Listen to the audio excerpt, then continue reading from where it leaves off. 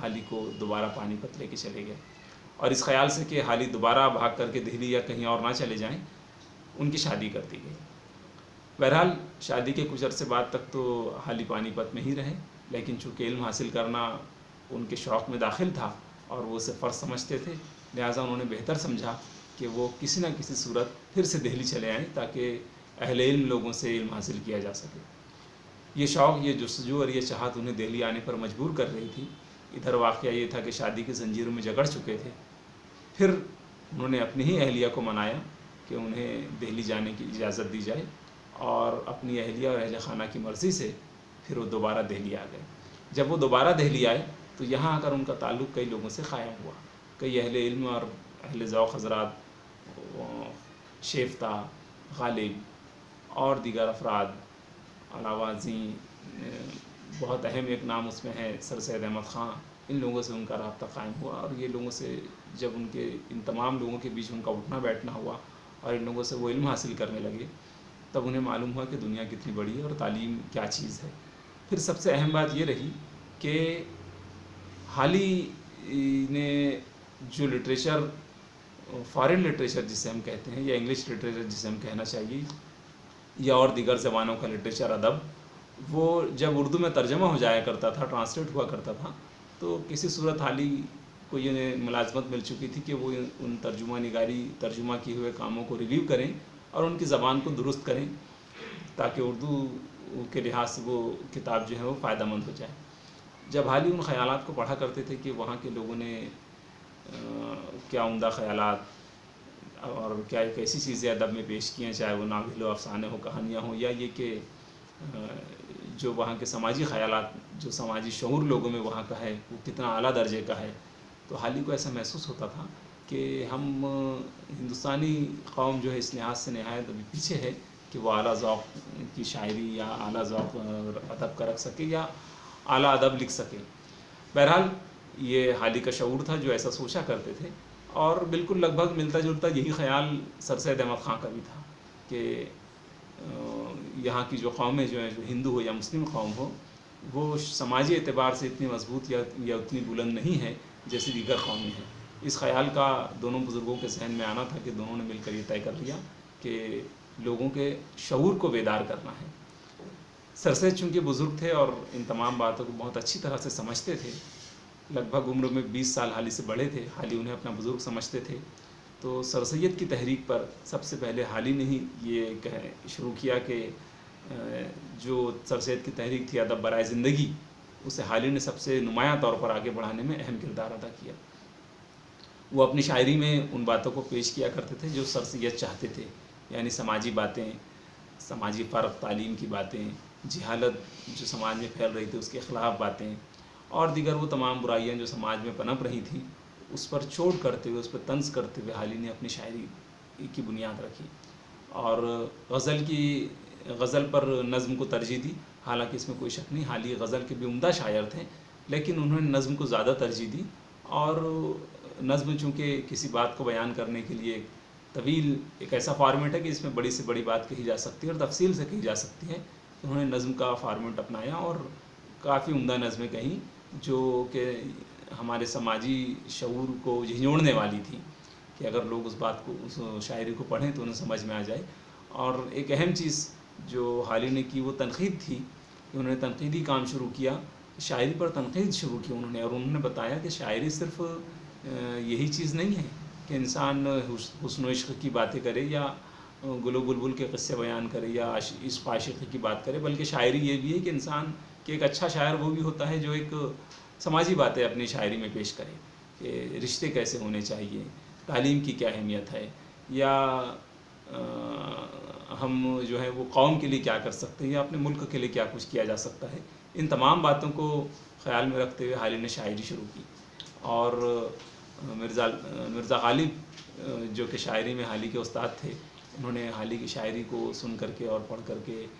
اور ان سے تبادلہ خیال کر کے یہ کہا بھی کہ اگر تم شاعری نہیں کرو گے تو اپنی طبیعت پر ظلم کرو گے، یعنی حالی کی طبیعت شاعری کے لیے نہایت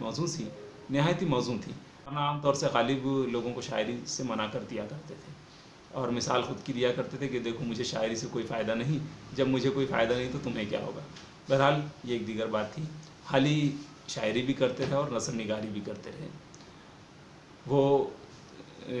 جیسا کہ ہم سب جانتے ہیں کہ جو ایک تحریک تھی سر سید کی تحریک، اسے آگے بڑھانے میں حالی نے اہم کردار ادا کیا ہے. سر سید علی گڑھ چلے آئے اور اپنے کام میں لگ گئے. حالی بھی ان کے ساتھ علی گڑھ آتے جاتے رہے، علی گڑھ دہلی آتے جاتے رہے. جب غالب کا انتقال ہوا 1869 میں تو حالی کو بہت صدمہ پہنچا. اس لیے بھی صدمہ پہنچا کہ حالی یہ سمجھتے تھے کہ اگر غالب چند سال اور زندہ رہتے تو شاید ان کی شاعری کا عروج کچھ اور بھی ہوتا. بہرحال ایک نہایت ہی دردمند مرثیہ بھی کہا انہوں نے غالب کے انتقال پر، اور خود انہوں نے کئی ایسے واقعات بیان کیے ہیں کہ غالب کے متعلق یادگار غالب میں، جس میں غالب کی نامہ سنجی، سخن فہمی، ان کی شاعری، ان کے خوش مزاجی وغیرہ کے جو واقعات ہیں وہ تمام اس کتاب میں بھرے ہوئے ہیں. حالی خود بھی نہایت بلیغ ذہن رکھتے تھے اور عمدہ ان کی سوچ نہایت ہی اچھی اور عمدہ سوچ تھی، اور وہ سماجی فکر والے شخص تھے.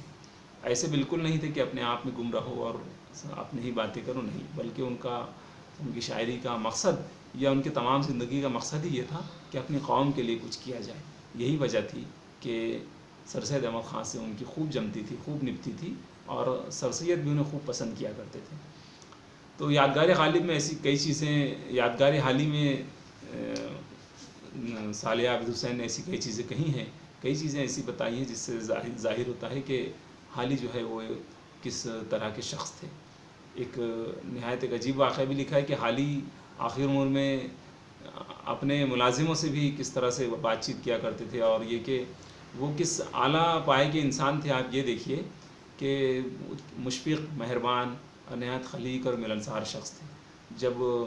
حالی کا آخری دور تھا اور وہ بیمار رہا کرتے تھے، اس وقت بھی اگر ان سے کوئی ملاقات کے لیے آ جایا کرتا تو ملاقات کر لیا کرتے تھے. حالانکہ عام طور سے ایسا ہوتا ہے کہ اہل خانہ کوشش کرتے کہ انہیں زیادہ زحمت نہ ہو، لیکن حالی کا کہنا تھا کہ جو لوگ ملنا چاہتے ہیں انہیں ملنے سے نہ روکا جائے، کیونکہ معلوم نہیں کون کس غرض سے آ رہا ہے اور کس کی کیا ضرورت ہے.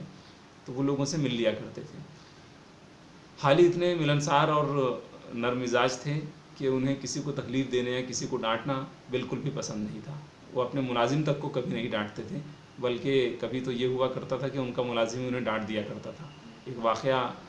صالح عابد حسین نے لکھا ہے کہ وہ آخر عمر میں تھے اور انہوں نے شاید اپنے ملازم سے کہا، چراغ میں تیل ڈالنے کے لیے کہا یا ایسے کچھ بات کہی کہ ایسا کر دو.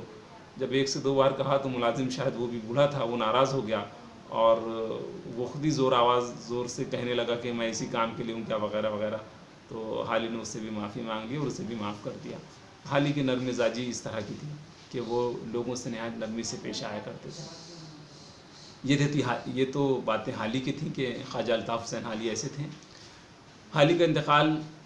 31 دسمبر سن 1914 کو ہوا.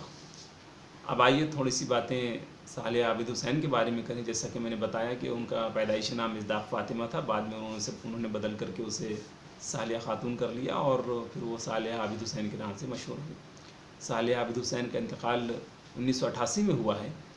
انہیں ان کی خدمات کا اعتراف کرتے ہوئے حکومت ہند نے پدم شری کے ایوارڈ سے بھی نوازا تھا. صالح عابد حسین کی بھی بڑی خدمات ہیں. نہ صرف یہ کہ انہوں نے یادگار حالی جیسی کتاب دی اردو ادب کو، بلکہ کہانی اور افسانے بھی لکھے اور دیگر کتابیں بھی لکھی. لیکن سب سے اہم تصنیف ان کی یہی مانی جاتی ہے، کیوں کہ حالی کے متعلق جس طرح سے صالح عابد حسین نے لکھا ہے وہ ایک بنیاد ہے. جیسا کہ مرزا غالب پر لکھی گئی کتاب یادگار غالب ایک بنیاد ہے غالب پر کام کرنے کے لیے، بالکل اسی طرح سے یادگار حالی بنیاد ہے حالی پر تحقیقی کام کرنے کے لیے. چونکہ وہ ان کے خاندان سے متعلق تھی، انہوں نے اپنے بزرگوں سے حالی کے متعلق بہت کچھ سنا تھا اور وہ بہتر ڈھنگ سے جانتی تھی کہ حالی کیا تھے. لہٰذا انہوں نے حالی پر ایک مکمل کام کیا اور وہ لوگوں کے سامنے پیش کر دیا. یادگار حالی کی زندگی کا مکمل احاطہ کرتی ہے، نہ صرف شاعری کے لحاظ سے بلکہ زندگی کے لحاظ سے بھی، اور وہ تمام باتیں جو کہ حالی کی زندگی میں گزری اسے تفصیل کے ساتھ صالح عابد حسین نے یادگار حالی میں قلم بند کر دیا ہے. اس کتاب کی بڑی اہمیت ہے ریسرچ اسکالرس کے لیے بھی، طلبہ و طالبات کے لیے بھی. اسے پڑھیے، صالح عابد حسین کے متعلق بھی پڑھیے اور یہ جانیے کہ لوگ کیسے کیسے گزرے، انہوں نے کتنی محنت سے کام کیا اور کتنی محنت و مشقت کے بعد وہ کسی کتاب کو لکھا کرتے تھے یا قلم اٹھایا کرتے تھے۔ یادگار حالی لکھنا کوئی معمولی کام نہیں تھا۔ صالح عابد حسین نے نہایت محنت، مشقت اور معلومات حاصل کرنے کے بعد اس کتاب کو ترتیب دیا ہے۔ نہ صرف اپنے بزرگوں سے بلکہ دیگر ذرائع سے بھی معلومات اکٹھی کی، جو لوگ دہلی میں رہا کرتے تھے ان سے معلومات اکٹھی کی۔ بالکل وہی ذریعہ جیسا کہ حالی نے استعمال کیا تھا کہ مرزا غالب کے تمام دوستوں اور تعلقات والوں کو خطوط لکھنا اور ان کے اہل خانہ سے بات چیت کر کے معلوم کرنا، حالی کے متعلق حالات معلوم کرنا، بالکل اسی طرز پر صالح عابد حسین نے حالی کے متعلق تمام باتیں معلوم کی اور یادگار حالی میں اسے شامل کر دیا۔ میں سمجھتا ہوں کہ اگر آپ یادگار حالی پڑھیں اور صالح عابد حسین کے بارے میں معلومات حاصل کریں تو یہ آپ تمام کے لیے بھی اچھا ہوگا۔ ایسے لوگوں نے اردو ادب کو زندہ رکھنے کے لیے کیا کچھ کیا ہے، اس سے ہمیں معلوم ہوتا ہے اور اردو ادب کو ایک جلوہ ملتی ہے۔ آپ ان تمام باتوں کو پڑھیے۔ آئندہ کسی ویڈیو میں جب ہم آئیں گے تو انشاءاللہ مرزا غالب کے متعلق تفصیل سے بات ہوگی۔ شکریہ۔